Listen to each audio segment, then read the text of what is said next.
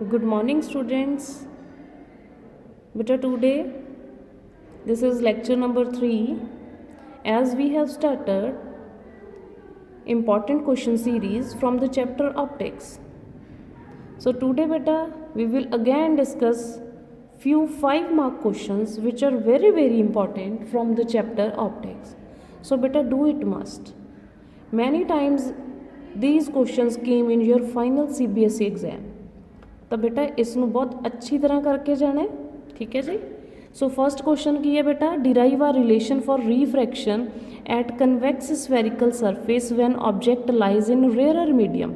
It means ਬੇਟਾ ਇਹ object की है बेटे रेयरर मीडियम ਦੇ ਵਿੱਚ ਹੈ, रेयरर टू डेंसर जा रहे हैं और किस शेप ਦੇ ਲਈ करना है बेटा ਆਪਾਂ किस ਸਰਫੇਸ ਦੇ ਲਈ करना है, ਕਨਵੈਕਸ ਸਫੈਰੀਕਲ ਸਰਫੇਸ ਦੇ ਲਈ करना है, जिस ਦਾ बेटा ਤੁਸੀਂ ਇਹ ਫਾਰਮੂਲਾ ਕੀਤਾ ਹੋਊਗਾ -μ1 by u plus μ2 by v equals to μ2 minus μ1 by r। ਤਾਂ ਬੇਟਾ ਇਹ ਕੁਐਸਚਨ ਇਸ ਟਾਈਪ ਦੇ ਨਾਲ ਵੀ ਆ ਸਕਦਾ ਹੈ ਔਰ ਫਾਰਮੂਲਾ ਗਿਵਨ ਹੋਊਗਾ, ਬੋਲੂਗਾ ਕਿ ਡਿਰਾਈਵ ਦਿਸ ਫਾਰਮੂਲਾ।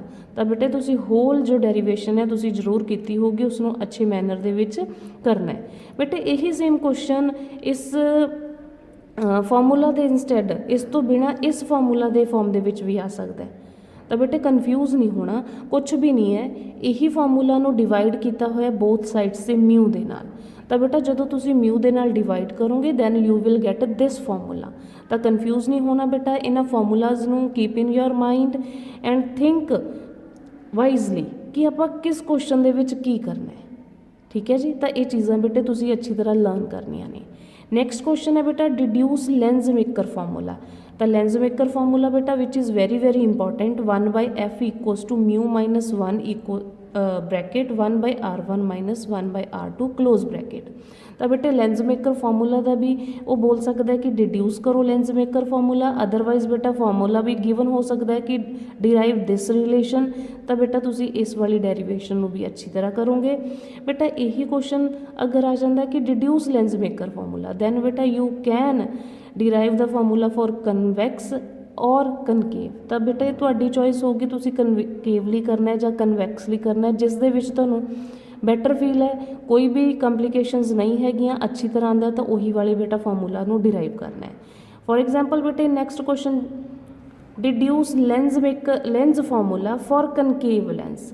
तो बेटा अगर लेंस फार्मूला आंदा है तो तुसी कोई भी केस है अकॉर्डिंग टू मार्क्स बेटे राइट करोगे, अदरवाइज गिवन है जी कनकेव लेंस, तो फिर बेटा पर्टिकुलर कनकेव लेंस का ही केस तुहानूं डिस्कस करना पऊगा, ठीक है जी।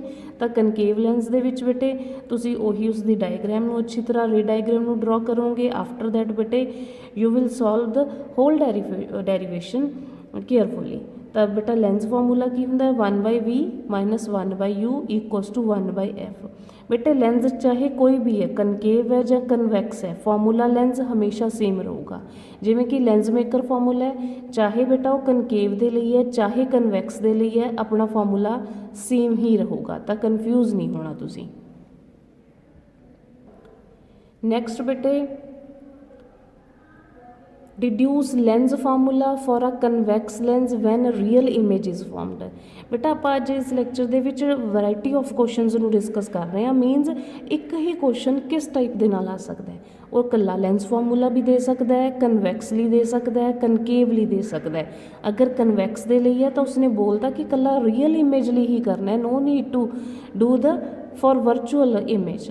तो बेटे कल्ला रियल इमेज का केस करना है। और नाल ही उसने की दसिया कि when the object placed between f and 2f।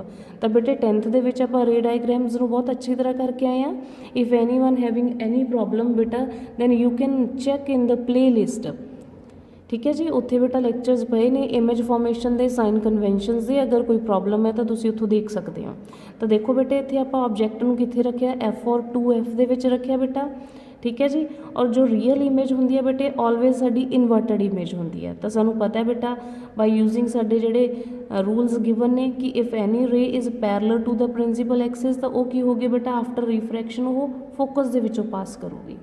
Similarly बेटे अगर वो सेंटर ऑफ करवेचर दे ऑप्टिकल सेंटर दे विचों जा रही है तो वो एज इट इज़ पास कर जूगी।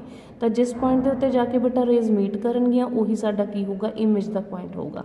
तो बेटे डाउन साइड एरो की शो कर रहा है कि जो साडी इमेज सी वो की बन रही है बेटा इन्वर्टेड बन रही है। फॉर्मूला अगैन बेटा सेम होगा। तो डेरीवेशनस ने ठीक है जी, उन्होंने प्रोसैस सेम होंगे बेटे, बस रे डायग्राम्स के अकॉर्डिंग तुसीं अपने प्रोसैस नूं अपलाई करना होंगे। ठीक है, नैक्सट क्वेश्चन की आ गया बेटा, deduce lens formula for convex lens when virtual image is formed. हुण देखो अगेन आप फाइंड तो की करना है बेटे, लेंस फॉर्मूला करना है, पर वर्चुअल इमेज लिए करना है। तो आपको पता है बेटा जो वर्चुअल इमेज होंगी है वो सेम साइड पर होंगी है। ठीक है जी, तो इत्थे उसने दस्सिया when the object is placed between optical centre and focus.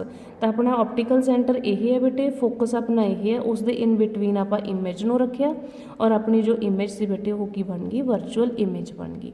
ठीक है जी, अगैन बेटा जो फॉर्मूला रहूगा वो सेम ही रहूगा। बेटे next question which is most important question बेटे, काफ़ी बारे तुहाडे फाइनल एग्जाम्स दे विच आ चुके हैं और हैगा भी बहुत ईजी है। किवें किवें आ सकता बेटा, सिंपल आ सकता तुहानूं कि ऑब्टेन करो relation between refractive index medium and it's critical angle, mu और सी दे विच रिलेशन फाइंड करना है। जां किवें आ सकता बेटा, a ray of light while travelling from denser to rare medium undergoes total internal reflection. वो कहता कि एक रे ऑफ लाइट है जिहड़ी डेंसर तो रेयर दे विच जा रही है और टोटल इंटरनल रिफ्लैक्शन हो रही है। तो कहता डिराइव करो एक्सप्रैशन क्रिटिकल एंगल दा in terms of speed of light of the respective medium. इत्थे की बोल रहे बेटा, क्रिटिकल एंगल का रिलेशन स्पीड ऑफ लाइट के नाल करना है। ठीक है जी, नैक्सट बेटा इसी क्वेश्चन की फॉर्म की है, वो की बोलता है कि रे ऑफ लाइट है बेटा ट्रैवल कर रही है फ्रॉम डेंसर मीडियम के विचों जिसका रिफ्रैक्टिव इंडेक्स की है बेटे N1 है, और रेयर मीडियम के विच एंटर कर रही है उसका रिफ्रैक्टिव इंडेक्स की है बेटा N2 है। और तुसी प्रूफ की करना है बेटे N2/N1 equals to sine IC where IC is the critical angle. ठीक है जी, आई होप बेटे क्वेश्चन समझ आ गया होगा किस किस फॉर्म के विच आ सकता है। तो हुण आपां इसनूं सॉल्व करांगे। हुण बेटा आपां नूं पता है कि अकॉर्डिंग टू स्नेल्स लॉ जो रिफ्रैक्टिव इंडेक्स हुंदा है उसनूं आपां किवें लिख सकते हैं। एन साडा एन लै लो बेटा, म्यू लै लो, B A equals to sine I/साइन R। इस तो पहला बेटे आप एक डायग्राम नूं डिस्कस करते हैं कि इस दे विच हुण जिवें उसने बोलिया कि लाइट ट्रैवल कर रही है, इस क्वेश्चन दे विच भी उसने कहा कि लाइट ट्रैवल कर रही है, उहदे क्रिटिकल एंगल ते स्पीड ऑफ लाइट का आप रिलेशन देना है। तो आप इसनूं थोड़ा जिहा देखते हैं। सपोज कर लो कि अपने कोल बेटे दो मीडियम ने। ठीक है जी, अपना वन जां लै लो कि रेयरर मीडियम है, यही अपना बेटा डेंसर मीडियम है। ठीक है, तो डेंसर मीडियम के आप सपोज किया कि कोई भी जो ऑब्जैक्ट से जितों साडी रे ऑफ लाइट आ रही सी, हुण जिवें इसने इस दे विच गल कीती है कि टोटल इंटरनल रिफ्लैक्शन हो रही है, तो इट मीनस जो लाइट बेटा इंसीडेंट करूगी एट क्रिटिकल एंगल करूगी। तो आप सपोज कर लिया कि रे ऑफ लाइट गई नॉर्मली चली गई, ऑबलीगली जो किया बेटा किस एंगल के उत्ते किया आप क्रिटिकल एंगल से, जो नॉर्मली होंगी है बेटे वो सीधी चली जाती है, आप ऑबलीगली फॉल की, ऑबलीगली किस एंगल से किया बेटा क्रिटिकल एंगल से, सो दैट की हो बेटे टोटल इंटरनल रिफ्लैक्शन होनी शुरू हो जाए। बट आपको पता है बेटा जो I इक्वल्स टू C होंगे तो साड़ी जी रिफ्रैक्शन का एंगल होंगे वो 90 डिग्री होंगे, तो इट मीनस वो इस डायरैक्शन दे विच पास करूगी। तो यदा मतलब कि I अपने कोल की हो गया बेटा C हो गया और R की हो गया 90 डिग्री हो गया। तो बेटा अपने कोल I की वैल्यू की आ गई बेटे C आ गई और R की आ गया अपने कोले 90 डिग्री। और साडा फार्मूला की सी बेटा B म्यू A लै लो बेटा N लै लो कुछ भी लै लो। ठीक है जी, साइन C/साइन 90 डिग्री। साइन 90 की होंगे बेटा 1 होंगे, तो यह की आ गया अपने कोले साइन C आ गया। और बेटा इसनों आप एवें लिख सकते हैं 1/A mu B according to the principle of reversibility. इसनों लिख सकते हैं साइन C दे इक्वल आ गया। और बेटा यही चीज़ नूं आपां A mu B equals to 1/साइन C भी लिख सकते हैं। ठीक है जी, तो अगर अपन पता है कि यही वाली चीज़ नूं आपां सिंपल कला म्यू भी लिख सकते हैं, तो म्यू की आ गया बेटे साइन C दे।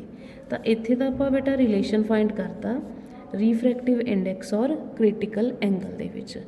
फरदर बेटे आपां नूं पता है कि यही वाले रेशियो नूं आपां किवें लिख सकते हैं बेटे म्यू B/म्यू A equals to sine C। ठीक है जी। और ਆਪਾਂ ਨੂੰ ਪਤਾ ਹੈ ਬੇਟਾ ਜੋ ਮਿਊ ਹੈ ਉਹ ਕਿਸ ਦੇ ਇਕੁਅਲ ਹੁੰਦਾ ਹੈ, C/V ਦੇ ਹੁੰਦਾ ਹੈ। देयरफॉर C/V इक्वल्स टू की आ गया बेटा साइन C दे आ गया।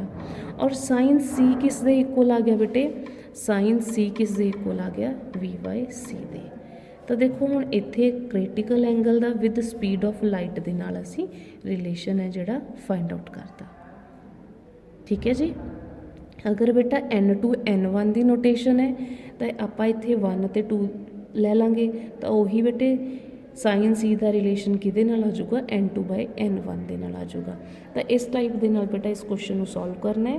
तो ये क्वेश्चन बेटा एक्सक्यूज़ मी सॉरी। सो बेटा ये क्वेश्चन मोस्ट इंपॉर्टेंट है, इसनों अच्छी तरह करना है।